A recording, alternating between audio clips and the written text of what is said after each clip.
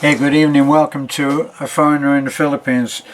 Well, whenever I get in a doubtful mood, I like to look in my book of the 1001 smartest things ever said, and it usually sets me right with some wise advice. and whenever I open it, it's the place that I open it usually has the quote that I need the most. Listen to this one. In times like these, it helps to recall that there have always been times like these, which I think is pretty good. This next one reminds me of when we went to the island. We went out to Sag Island, and we went to another island where they actually have very, very little, not even fresh drinking water. It says, make voyages, attempt them, there's nothing else. Here's one by William Wordsworth, who knew a thing or two. The best portion of a good man's life is his little, nameless, unremembered acts of kindness and love.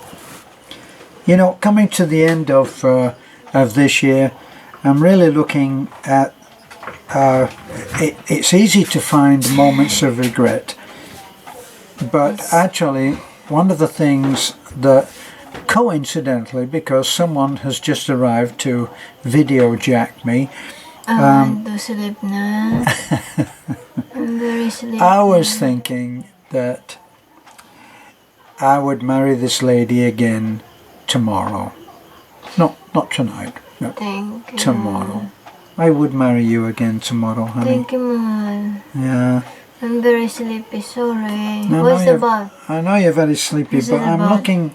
looking at my 1001 smartest things ever said. You're already smart. I'm not smart. I'm not so smart that I can't look in this book and wonder how I could be so dumb. What's about? What did you read last? Right. The best portion of a good man's life is his little, nameless, unremembered acts of kindness and love. What would you say to that? It means that the best portion of a good man's life is his little, nameless, unremembered act of kindness and love. Wow, So, how did you work that out, darling? it's difficult, you know? You know that William Wordsworth agrees with you, you know. It's difficult. Everybody, you know, as far as as in my own opinion, everybody, despite of what kind of person you are, there's a kindness in your heart, you know, because every one of us, there's a heart. Yes, everybody's got a heart. Everybody has a heart, and once that heart is blinking, it means you have love. It's blinking. I'm very sleepy, darling. Sorry. Now that you've interrupted Because me, you're going to have to look at a few of these quotes. Look at this one. This was by T.S. Eliot, who also was quite clever. The years between 50 and 70 are the hardest. Yes, I'll go along with that. You are always being asked to do things, and yet you are not decrepit enough to turn them down. Do you know what decrepit means, darling? I don't know. Decrease? No. Decrepit. I don't know. Not enough? Well, it means that you're decaying at an alarming rate. Because in the case of 50 to 70. Yeah, because 50 and the 70 is the start of when you're gonna die. I wondered if we would get round to that. Are we up on the insurance policy? Yeah. We are. We are. Yeah. You're always being asked to do things. So in other words, it's the years between 50 and 70 are the hardest. You are, my brain is not working. I'm very sleepy. That 101 quote become 101 not thinking. All right. What about this one? This one is. Last one, okay. This one is, men are like wine. Some turn to vinegar, but the best improve with age. In other words, as time goes by, a man will be more responsible, will be more a good person based through his experience as time passing by. Well, that's right? the best. Because What about the others? What about the others that turn to vinegar? Sometimes, because sometimes there are also other that turn into wrong directions because of some experiences that they didn't able to handle very well. Right. You know, that's why look like seems like vinegar is getting very sour. Sour? I mean. Well, what about this sleepy, one? What about this one? You coward, get back here. I'm very sleepy. Right. Grow old along with me. The best is yet to come. In other words, the best things in our life is not yet happened. Just stay tuned and it will happen. Right? Okay. All right. I'll let you off with that one. But you've got another one here.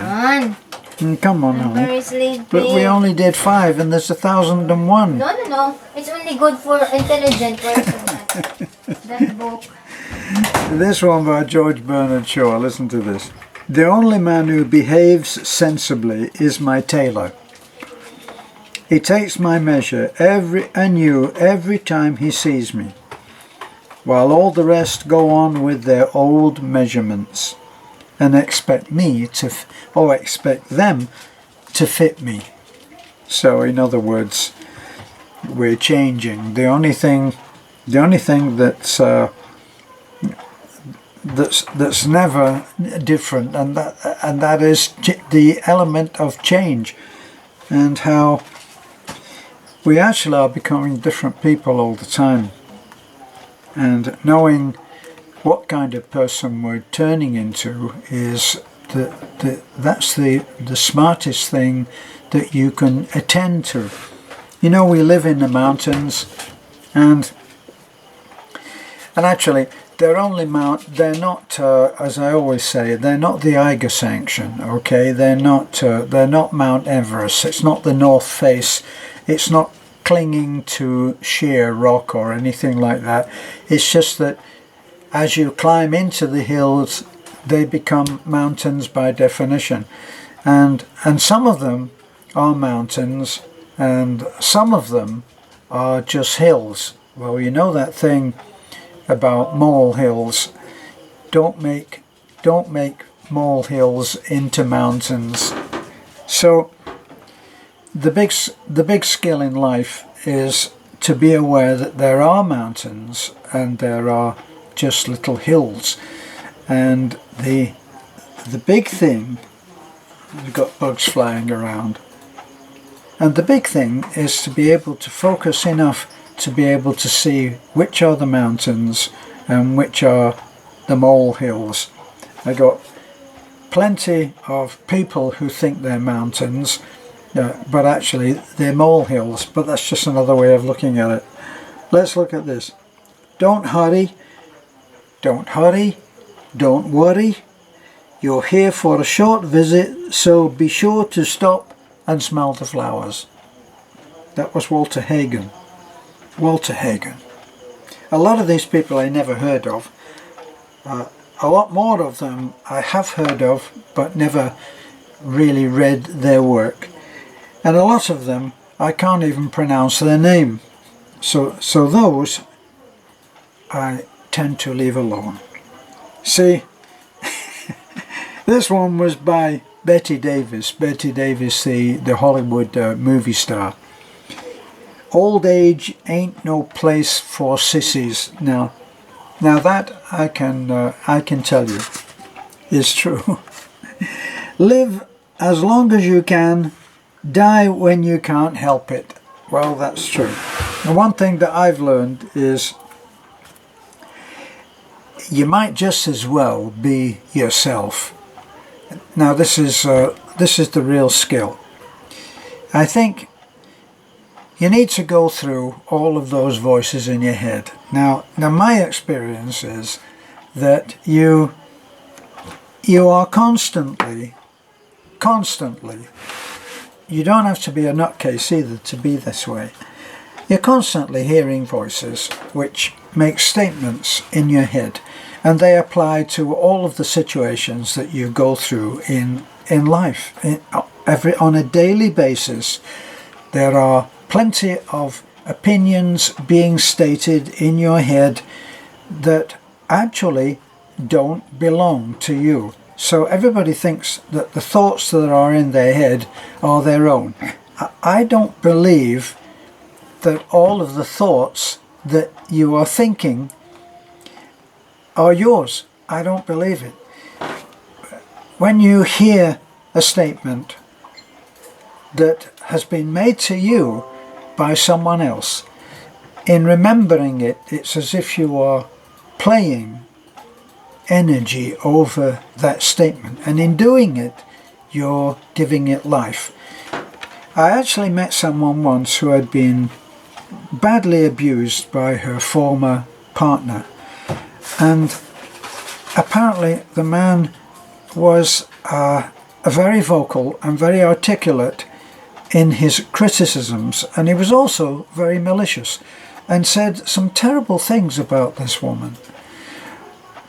She remembered all of those things, and as we were talking, we went into that that bad state whenever you're talking to someone new of doing the sad stories. Oh, there's nothing worse than doing the sad stories. But anyway, she told me what he had said about her. Well, he had said this, and then when she told me that, she said, and another thing that he said that I couldn't do, and then he said I always did this, and that I was no good at that, and I was even worse at the other, and she went on and she repeated all of those phrases that man had burned into her mind. And they were still there. They were there with his voice. Now, she didn't do impersonations, so she just told me the things that he had said in her voice. But she was going from memory, and she was seeing, however you want to view what you see in your mind and what you hear in your mind, however you want to view that, she was repeating what he had put in there. And I can remember saying to her, well, he did quite a job on you, didn't he? And she said, yes, he did. And I said, and now you are continuing to do that job for him. And she hadn't really thought about it that way before. So I said, this might be a good thing that you might consider. Don't tell his stories again, anymore. Never again. Don't do it. And she thought that was a good idea. And during the course of knowing her, she actually benefited from that. Now this is why, follow me in my thinking on this. This is why you should choose your friends very carefully, because if you spend time with people who are articulate and intelligent and vocal and malicious, like this lady's ex-friend was, you will receive a lot of things which you can later somehow compulsively tell other people that was said about you. So if you're with somebody for any length of time during the day, over an hour, and they're spewing this kind of, let's face it, poison, it seems to be an act of human nature. You're going to repeat that. So evidently, you must choose your friends very carefully. I remember meeting someone for the first time when we were in the initial parts of exchanging this story and that story. He said, I'm an arsehole. And he said that in a kind of a proud way. Many months later, I realize that I should have walked away at that point. Because if someone is declaring that they're a bad enemy, that they don't play clean, that they will hurt you if they get the chance, then it's a good thing to leave them. Don't stay. Now, going back to the first thing about how we have these sayings in our mind, that we have these they're like little recurring loops of tapes. Remember in the old days when there were DJs, actually they may still do this, when they were on a radio show and they would play records and they would do a little bit of chat and on, they would usually have a little tape that they put in that had a loop on it, just kept playing over and over and over and over. And it would, maybe it would have a little kid laughing, maybe it would have a little saying that they, I don't know, said, "Oh, very cool, man. Oh, right on, I got you now." And when they had a gap in their thinking, they stuck the tape in and it said, "Oh yeah, cool, man." And for that, just that brief second, they could think about something else to say. And that's what they did. That's what these little sayings are, which we all punish ourselves with. So here's what you can do. You get a notepad and a pen, and you pick out the first thing that you find yourself saying. "Oh, cool, man," and you write it down. And who did that belong to? Oh, well, that belonged to Joe. And then you work out what the next one is. That's what people are like, you know, you can't trust them. Write it down. Who said that? No, that's not what you think. Who said it? Well, that was Sid. Write it down. Sid. And then you write down the next one. Do you know, you can't trust people. Write it down. You can't trust people. Was that yours? No. Do you believe you can't trust people? No. Sometimes they can't be trusted. Of course, it's true. But who said that constantly? Write it down. Harry. Write it down. There's Harry's. And you continue doing this. I knew someone whose favourite saying was, "People suck."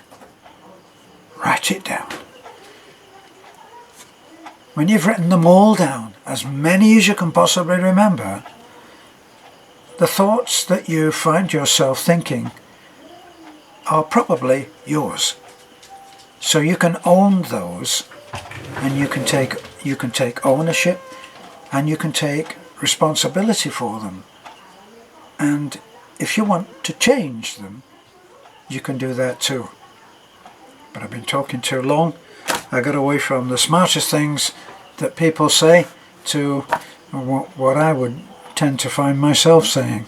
I hope they help. This is a foreigner in the Philippines. Why not wish you a Merry Christmas? Bye for now.